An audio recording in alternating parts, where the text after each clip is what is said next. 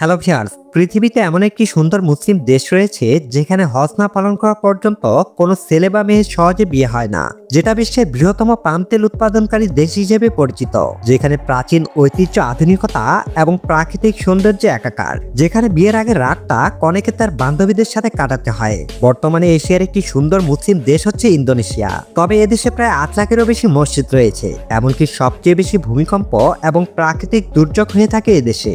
Indonesia একমাত্র মুসলিম দেশ যেখানে ইসলামিক শরিয়া আইন চালু রয়েছে, আর এই আইন অনুযায়ী চুরি, ডাকাতি, জুয়া খেলা এবং অ্যালকোহল পান করা সাজা হিসাবে কঠোর বিধিবিধান রয়েছে।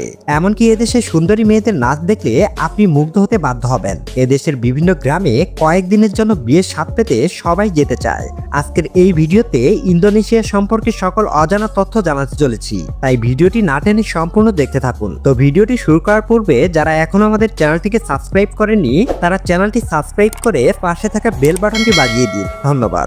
ইন্দোনেশিয়া দেশটি হচ্ছে দক্ষিণ পূর্ব এশিয়ার মুসলিম দ্বীপরাষ্ট্র। জনসংখ্যার দিক থেকে এটি পৃথিবীর সবচেয়ে বৃহত্তম মুসলিম রাষ্ট্র। দেশটির নাম হচ্ছে রিপাবলিক অফ ইন্দোনেশিয়া। প্রায় 1400 খ্রিস্টাব্দ পর্যন্ত ইন্দোনেশিয়া একটি শ্রী বিজয়া নামে পরিচিত ছিল। ইন্দোনেশিয়া ভারত মহাসাগর ও প্রশান্ত মহাসাগরের মাঝখানে একটি কৌশলগত অবস্থানে অবস্থিত। ইন্দোনেশিয়ার আয়তন 19,19,434 বর্গ কিলোমিটার। দেশটি প্রায় 17,000 দ্বীপ নিয়ে গঠিত। এর মধ্যে প্রায় 6,000 দ্বীপে এদেশের মানুষ বসবাস করে।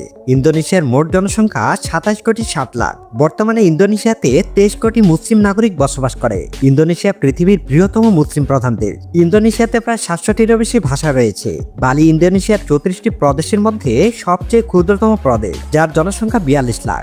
ইন্দোনেশিয়ার রাজধানীর নাম হচ্ছে জাকার্তা এবং দেশটির বৃহত্তম শহর। এটি প্রশাসনিক কেন্দ্রের পাশাপাশি একটি গুরুত্বপূর্ণ শিল্প, আর্থিক, ব্যবসায়িক ও ব্যবসার কেন্দ্র।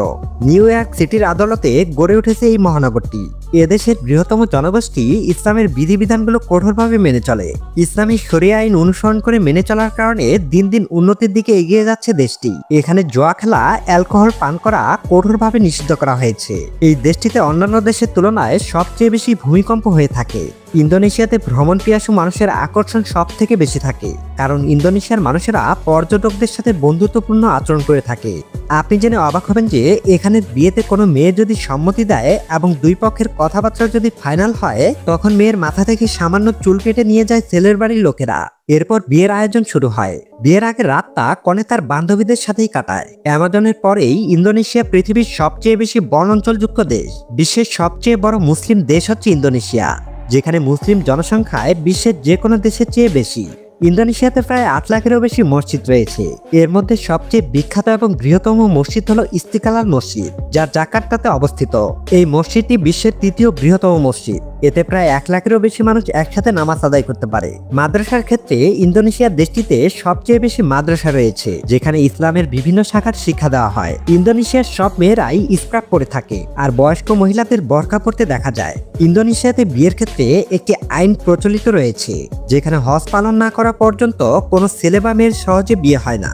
ব্যাঙ ইন্দোনেশিয়ার মুসলিমরা খায় না, তবে ইন্দোনেশিয়ার সরকার প্রতি বছর প্রায় 3 টন ব্যাঙ ফ্রান্সে রপ্তানি করে এবং ইন্দোনেশিয়াতে প্রচুর পরিমাণে সামুদ্রিক মাছ পাওয়া যায়। ইন্দোনেশিয়ার মুসলমানদের প্রধান খাবার হিসাবে বিভিন্ন ধরনের স্থানীয় খাবার প্রচলিত রয়েছে, তবে সাধারণভাবে নাসি বা ভাত এছাড়াও মাংস, শাকসবজি দিয়ে বিভিন্ন খাবার তৈরি করা হয়।